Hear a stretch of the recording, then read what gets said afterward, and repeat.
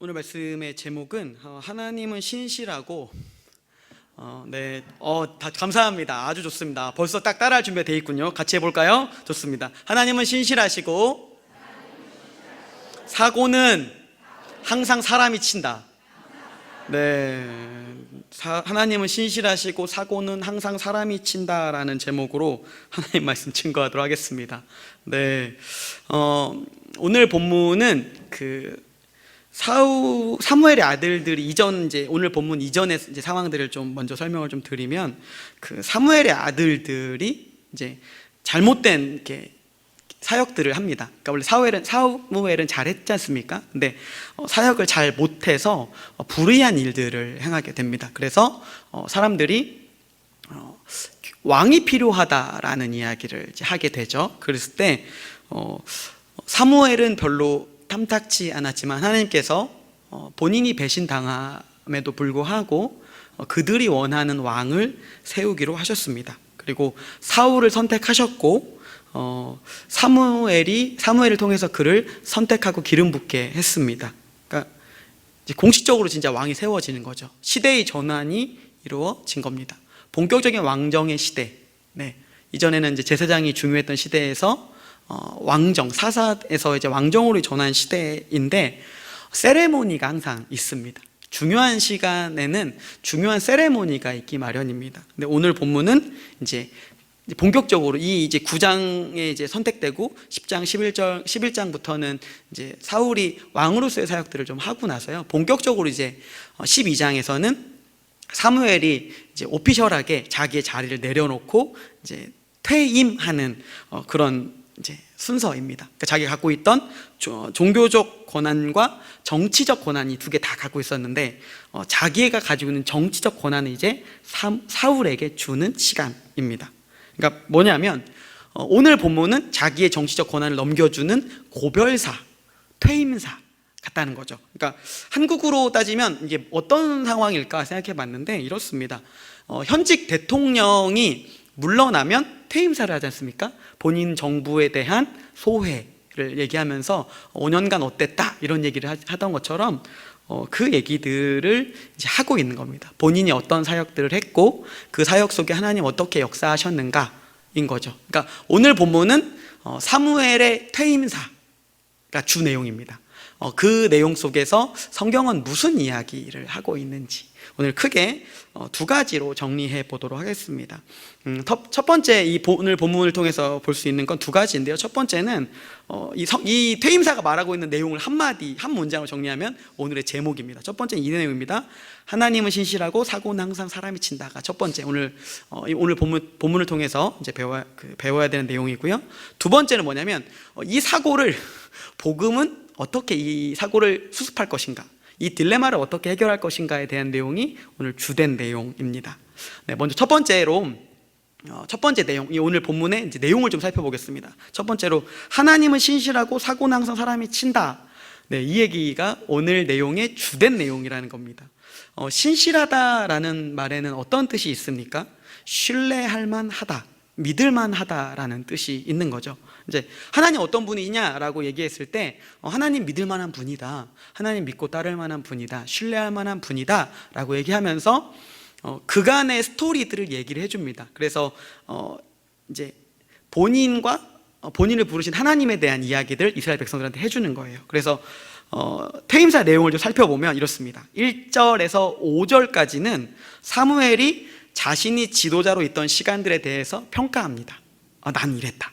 네, 어땠습니까? 사무엘이 지도자로 있는 동안에 자신의 삶은 사람과 하나님 모두에게, 양쪽 모두에게 인정을 받았습니다. 그러니까 이렇게 얘기하는데 자신감이 있습니다. 어느 누구도 토달지 않습니다. 어떻게 살았습니까? 자신의 권력을 이용해서, 그 당시의 왕들은 자신의 권력을 이용해서 사익을 추구했죠. 근데 사무엘은 그렇게 하지 않고 뇌물을 받지 않고 거짓을 말하지 않았다고 얘기를 합니다.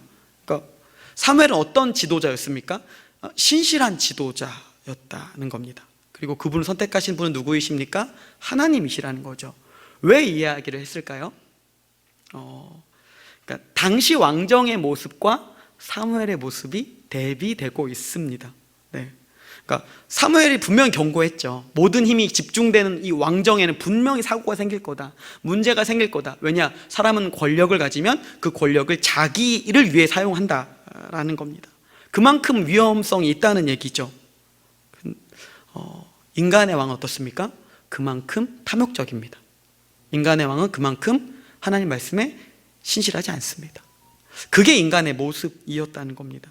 근데 사무엘은 그런 모습이 없습니다. 정말 없었을까요? 100% 하나도 눈꼽만치도 없었을까요? 생각해 보자는 겁니다. 사람들이 인정할 정도였다는 얘기는 무엇입니까?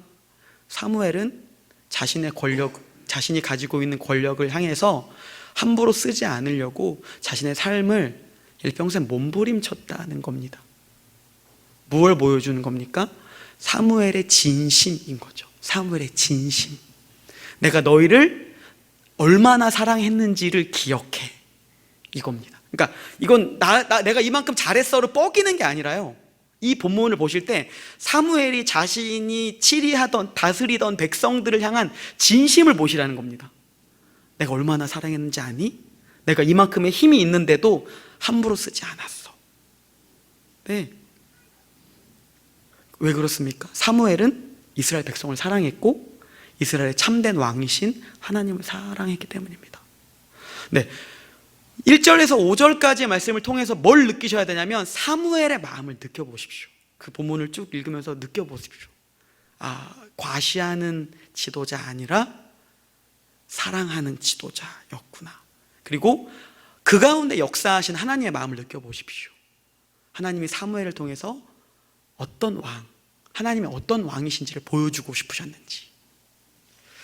6절에서 11절까지의 내용은 이제 본격적으로 사무엘 자신을 부르신 하나님에 대한 이야기가 나옵니다. 하나님이 어떤 분인가? 네, 그러면서 굉장히 이렇게 자주 나오는 패턴인데 이스라엘의 역사에 대해서 이렇게 순서대로 이야기하고 상기시킵니다. 리마인드 하는 거예요. 야곱이 있던 족장의 시대에서부터 출애굽의 시기를 거쳐서 가나안 정복 시기까지 이렇게 하나님이 자기의 백성을 어떤 방식으로 구하셨고 어떻게 자신의 백성을 사랑하셨는지에 대한 내용들이 6절에서 11절까지 나와 있습니다. 뭘 기억하라는 걸까요? 이 얘기를 왜 할까요? 아까 보셨죠? 1절에서 5절까지 사무엘의 마음을 느꼈다면 6절에서 11절까지를 읽으시면서 어떻게 느끼셔야 하냐면, 우리가 출애굽의 이야기를 너무 잘 알지 않습니까? 말을 엄청 안 들어요. 그냥 갖다 버려도 되는 상황인데 하나님이 자신의 백성을 광야에 버립니까? 버리지 않고 끝까지 끌고 들어오시죠. 뭘 느끼라는 겁니까? 여기엔 하나님의 전적인 헌신이 있는 겁니다. 그걸 느끼라는 겁니다. 이스라엘 백성들에게도 뭘 느끼라고 하는 겁니까? 내가 너 이렇게 통치했던 것들은 나를 부르신 그분 때문인데 그분은 어떤 분이시냐? 너희의 역사를 생각해보라. 너희가 했던 흑역사를 생각해보라. 그 시기에 하나님 어떠셨다? 하나님은 신실하셨다.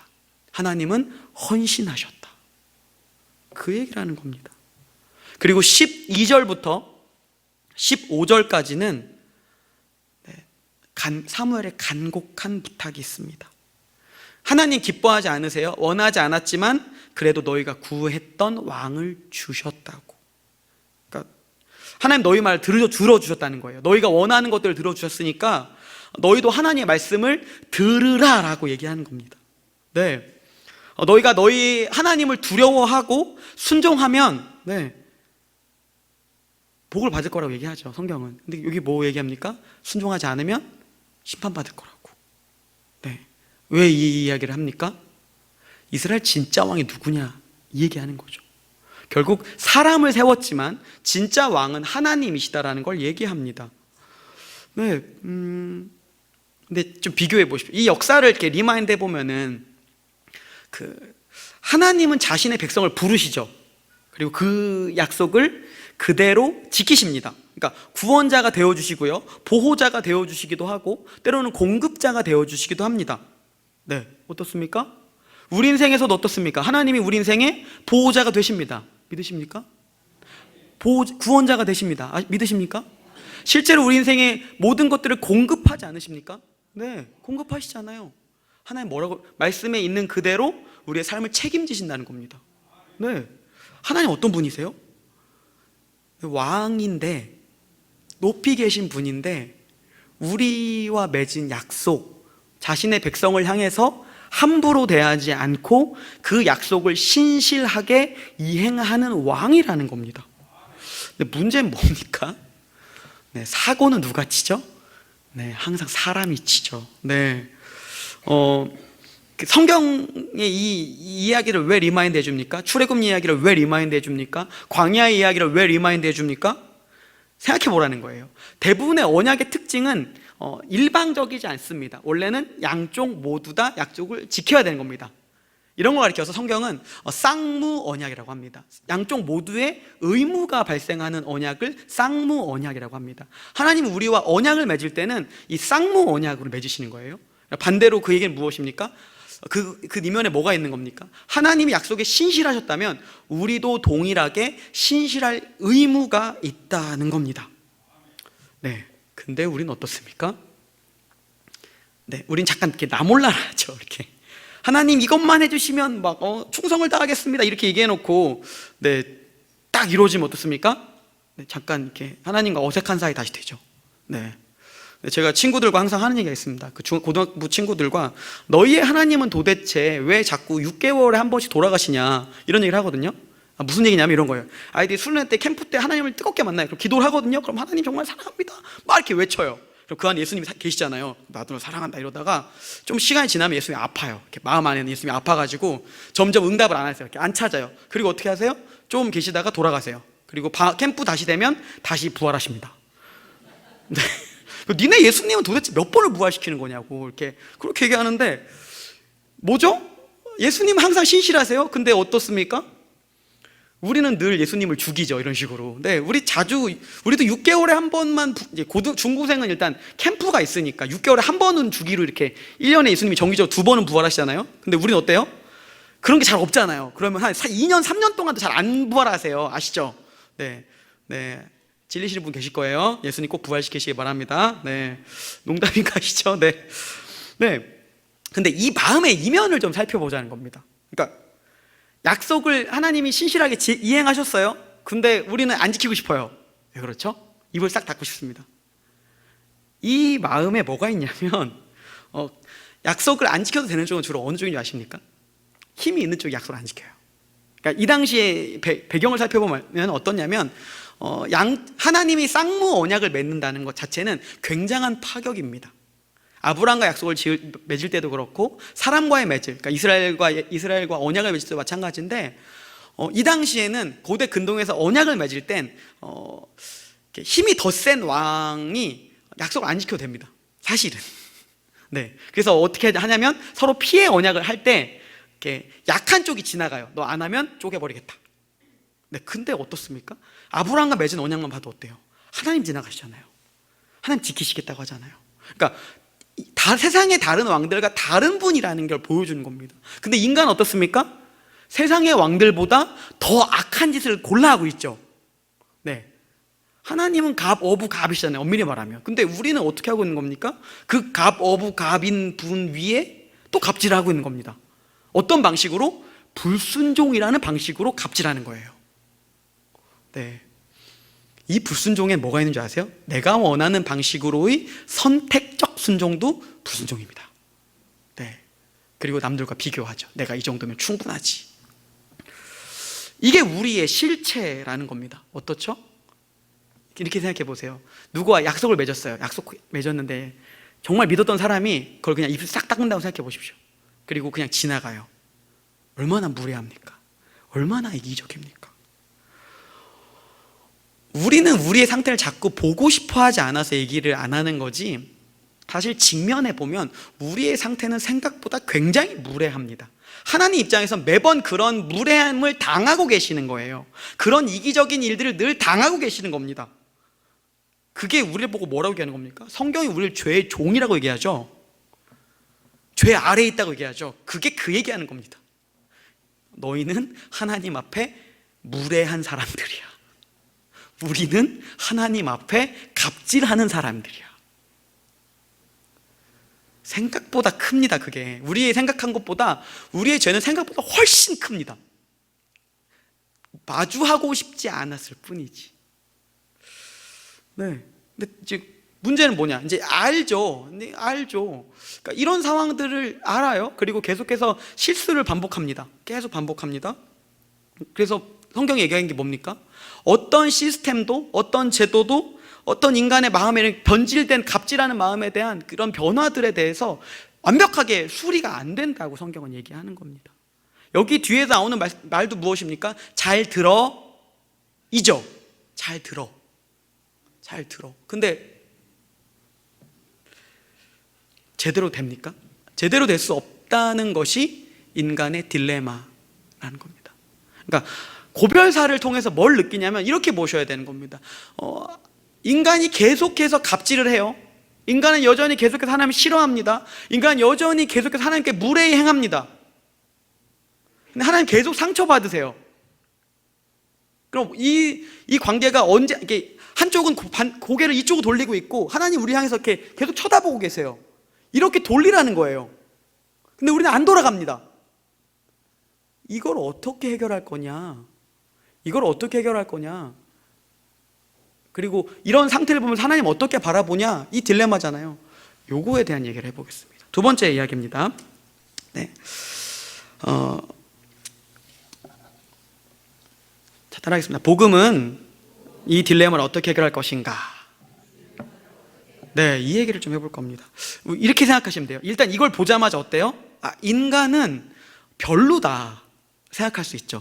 인간은 소망이 없다. 하나님 앞에 죽어도, 하나님 앞에 벌 받아도 싼 죄인, 이런 느낌이 벌써 정죄의식이 오셨다면 아직 복음에 대해서 깊게 잘 모르시는 겁니다. 잊지 마십시오. 이 말을 왜 했을까요?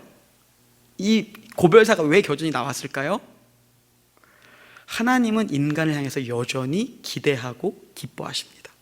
오늘 읽진 않았는데요, 22절에서, 오늘 본문 12장 22절에서 23절에 보면 이런 말씀 나와요. 그냥 제가 이렇게 읽어드릴게요. 여호와께서는 너희를 자기 백성으로 삼으신 것을 기뻐하셨으므로 여호와께서 그의 크신 이름을 위해서도 자기 백성을 버리지 아니할 것이요. 딜레마가 해결되는 게 보이십니까? 이 딜레마는, 첫 번째는, 이 딜레마가 어떻게 해결해야 되냐면, 첫 번째는 하나님이 우리를 좋아하세요. 이거를 잊어버리지 마십시오. 그러니까 자녀들이 언제 무섭죠? 부모한테 혼나잖아요. 자녀한테 혼나면 이렇게 침울해 있죠. 근데 꼭 자녀를 혼내고 나서 마지막에 해야 되는 게 뭡니까? 혼내고 난 다음에 아이가 미운 것, 아이가 잘못한 것과 아이 자체는 분리해야죠. 행동과 존재는 분리해야 되죠. 그걸 얘기해 주는 겁니다. 사랑을 재확인 시켜주는 거예요. 자녀한테 뭘 얘기합니까? 엄마는, 아빠는 널 사랑해. 내가 너에게 징계한 건 뭐냐? 너의 행동, 잘못된 길로 가는 것에 대한 징벌이었어, 얘기하는 거예요. 혼냈다고 부모가 자녀를 미워합니까? 아니죠. 과거에 문제가 있는 이 딜레마, 계속 자녀가 문제를 생겼다고 해서 부모가 자녀를 버리고 미워합니까? 아니죠. 끝까지 좋아하죠. 끝까지 내 편 하나 있다면 자식에게 영원한 내 편 누구입니까? 부모지 않습니까? 하나님 아버지 그렇다는 겁니다. 고별살 얘기하면서 인간 왕도 사기치고 실수하고 잘못할 거지만 하나님 뭐라는 거예요? 이렇게 실망스러운 모습 보여도 하나님 너희 좋아해. 이거가 첫 번째, 이 딜레마를 해결하는 가장 첫 번째 전제입니다. 그래서 망하지 않기를 원하시는 거예요. 절망하지 마십시오. 하나님 나 이렇게 살았는데도 하나님 나 안 좋아할까? 걱정하지 마십시오. 좋아하십니다. 안 좋아하는데 예수를 왜 보내요? 아들을 왜 보냅니까? 첫 번째 딜레마는 하나님 우리를 좋아하는 방식으로 해결합니다. 자, 두 번째, 그럼 이거 좋아하는 걸로 해결이 안 되잖아요. 인간의 실수에 행동이 문제가 생겼으면 친사고에 대해서 분명히 친사고에 대한 대가를 지불해야 되죠. 자녀가 잘못하면 어떻습니까? 자녀가 친사고에 대해선 부모가 수치를 당하죠. 부모가 책임을 지죠. 그걸 어떻게 하는 겁니다. 어떻게 하냐는 겁니다. 어떻게 해결하냐에 대한 이야기입니다. 자기 백성을 안 버리면 어떻게 할 거예요?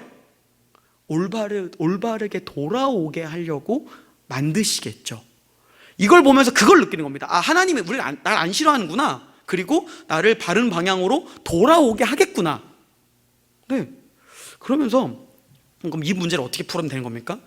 이게 한 사람이 이쪽을 보고 있으면 하나님이 우리를 보고 있는데 사람이 이쪽을 보고 있죠. 근데 이 원인이 뭐였습니까? 인간의 대표가 이렇게 있다가 이렇게 돌아간 거잖아요. 그럼 어떻게 됩니까? 인간의 대표 한 사람이 다시 하나님 완벽하게 바라만 보면 다시 만나게 되는 거죠. 이 문제를 해결하는 겁니다. 어느 누구도 하나님 마음에 완벽히 순종한 사람이 하나도 없단 말이죠. 그럼 그 왕을 보는 겁니다. 하나님 우리를 포기 안 할 거면 어떻게 할 건가? 아, 완벽하게 순종한 누구 하나를 부르겠구나. 그 아들에 대한 이야기. 문제를 누가 푸시는 거예요? 하나님이 푸시는 겁니다. 네. 이스라엘의 어떤 왕도 하나님 기준에 완벽하게 맞는 왕이 없었습니다. 변질됐고 하나님과 사람 사이의 관계를 파괴했습니다. 그러니까 왕들의 이야기를 통해서 계속해서 우리는 뭘 느끼는 겁니까? 그놈이 그놈이다. 그놈이 그놈이다. 누굴 기다려야 하는 겁니까? 우리를 끝까지 좋아하시는 그 왕, 우리를 고개를 돌리게 만드신 그 왕. 이사야 선지자는 그 왕에 대해서 이렇게 예언합니다. 이사야서 9장 6절에서 7절까지의 말씀인데 제가 읽어드리겠습니다. 이는 한 아기가 우리에게 낳고 한 아들을 우리에게 주신 바 되었는데 그의 어깨에는 정사를 메었고 그의 이름은 기묘자라 모사라 전능하신 하나님이라 영존하시는 아버지라 평강의 왕이라 할 것임이라. 그 정사와 평강의 더함이 무궁하며 또한 다윗의 왕자와 그의 나라에 군림하여 그 나라를 굳게 세우고 지금 이후로 영원히 정의와 공의로 그것을 보존하실 것이라. 만군의 여호와의 열심히 이를 이루시리라. 아멘. 네, 누가 이 문제를 푸십니까? 네, 여호와의 열심, 하나님의 열심이 이 문제를 푼다는 겁니다. 네, 진짜로 어떤 일이 벌어집니까? 한 세상에 이 모두 실패한 왕의 진짜 왕이 누구인지를 한 아기를 통해서 보여줍니다. 네, 어떻습니까? 다윗의 자손으로 오신 그 왕은 어떻습니까? 사람으로 오신 그 왕은 어떠십니까? 굴림, 갑질, 폭력, 억압이 가득한 세상에 오셔서 어떻게 하셨습니까? 똑같습니다. 자격이 충분한데도 갑질하지 않습니다. 사무엘이 보여줬던 것보다 훨씬 더 넘치는 사랑으로 갑질하지 않습니다. 세상에 진짜 왕이신 이 왕이 동일한 자격과 권리가 있는데 어떻습니까? 사무엘도 얘기하죠. 사익을 취하지 않았다고. 예수님 오셔서 이 땅에 사익을 취하려고 했으면 어떻게 했습니까? 세상을 갈아엎었겠죠. 근데 그의 끝은 무엇입니까? 세상의 모든 분노의 잔, 진노의 잔을 혼자 다 마셨습니다. 하나님과 약속 관계에서 본인은 약속을 지킬 의무가 없으신 분이시죠. 근데 어때요? 사람의 대표로 자기가 지켜야 할 것들, 사람이 지어야 될 의무들을 그분이 다 지셨습니다. 근데 그분이 누구십니까? 그 왕은 누구이십니까? 이 왕들의 사무엘의 고별사를 통해서 계속해서 뭘 느끼는 겁니까? 하나님은 우리를 포기하지 않으신다. 하나님 우리 이끌어 가신다. 하나님 우리 좋아하신다. 우리 힘으로 안 되는 영역이 있으면 하나님 그 문제를 푸실 것이다. 그 키에는 누가 있는가? 당신의 가장 귀한 아들인 그리스도가 있다라고 이야기하는 겁니다. 그러니까 우리의 순종으로는 하나님 자녀가 될 힘이 전혀 없습니다. 아시죠? 우리는 정말 무례하다는 것, 우리는 정말 갑질한다는 것. 근데 우리를 어떻게 하나님의 자녀가 됩니까? 하나님이 우리를 좋아하심으로 하나님 자녀가 되는 거예요. 하나님의 열심히 우리를 하나님의 자녀를 만드는 겁니다. 그 증거가 무엇입니까? 우리의 주인 그리스도이십니다. 그분이 이루신 순종 때문에 내가 먼저 용납받은 겁니다. 네. 그리고 내가 뭔가 된 겁니까? 그것 때문에 내가 자녀가 된 거예요. 네. 그러니까 내가 용납받기 위해 순종하는 건가요? 아니에요. 율법은 우리한테 율법을 지키라고 합니다. 근데 율법의 기준이 율법을 다 지키면 구원받을 수 있다고 얘기하는데 진짜 우리에 그런 사람이 있습니까? 없죠. 오히려 율법을 뭘 얘기하는 거냐면 율법을 완성하실 분을 기다리게 하는 겁니다. 율법을 이렇게 얘기하겠습니다. 율법을 지키는 걸 하나님 어떻게 생각하실까요? 좋아하세요. 하나님 우리 율법 지키는 걸 기뻐하세요. 근데 그걸 구원의 조건으로 기뻐하는 게 아닙니다. 용납받았기 때문에 같은 마음으로 율법을 지키는 것, 하나님과 같은 마음으로 그 길을 가는 것, 그 얘기, 그게 그렇게 율법을 지키라는 겁니다. 고별사, 퇴임사 통해서 뭐가 느껴지십니까? 너희 똑바로 해라고 느껴집니까? 아니요. 하나님 포기 안 해. 하나님 포기 안 해. 하나님 니네 좋아해. 그러니까 애써, 힘써, 노력해. 그 얘기하는 겁니다. 실제로 하나님의 열심이신 그분은 어떻습니까? 우리 주님은 어떠세요? 그분의 열심은 더 가게 만듭니다. 요한복음 21장에 보면 어떤 이야기가 나옵니까? 자기를 완전히 배신한 제자 베드로. 그 베드로가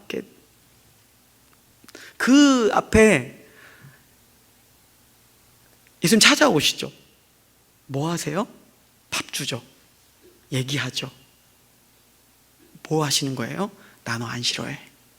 나 너 좋아해. 가자. 괜찮아. 다시 할 수 있어. 회복할 수 있어. 나 열심히 너를 일으킬 거야. 어디까지 갑니까?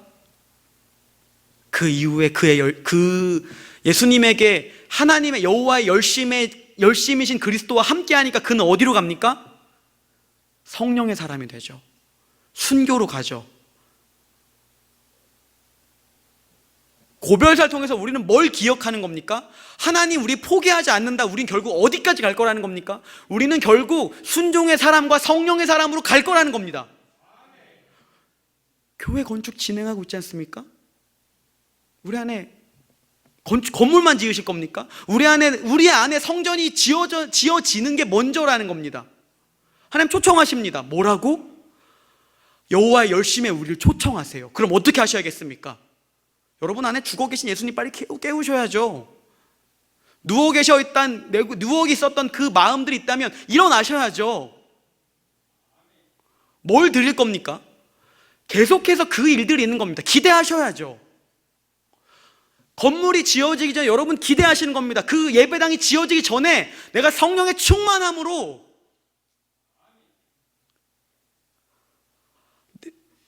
내가 원래 사고치던 사람이었는데 이제는 주를 따르는 사람이 되었습니다.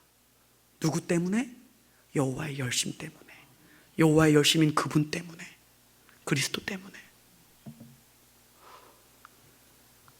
그게 하나님의 마음입니다. 말씀을 정리하겠습니다. 하나님은 오늘 두 가지였습니다. 하나님은 신실하고 사고는 항상 사람이 칩니다. 근데 이건 뭘 얘기하는 거예요? 그럼에도 인간을 사랑하는 하나님입니다. 느끼시라는 겁니다. 그 두 번째는 무엇이었습니까?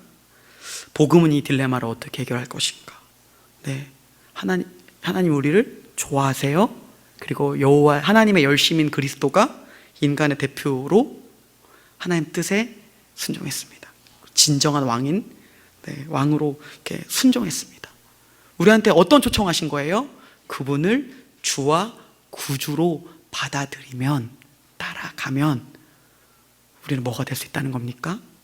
하나님의 자녀, 성령의 사람. 건축을 준비하면서 이제 여러 이야기가 있을 겁니다. 근데 뭐 얼마 내고 뭐 더 하고 이런 거 생각하지 마십시오. 내 안에 정말 성령이 충만한가? 내 안에 정말 나를 이끌어 가시는 그분의 열심이 내 안에 있는가? 그걸 고민하십시오. 내가 아무리 이전에 사고 쳤어도 괜찮습니다. 하나님의 열심이 여러분을 성령의 사람으로 이끌어 갈 겁니다. 하나님의 열심이신 예수 그리스도가 여러분을 더 깊은 곳으로 가게 만들 겁니다.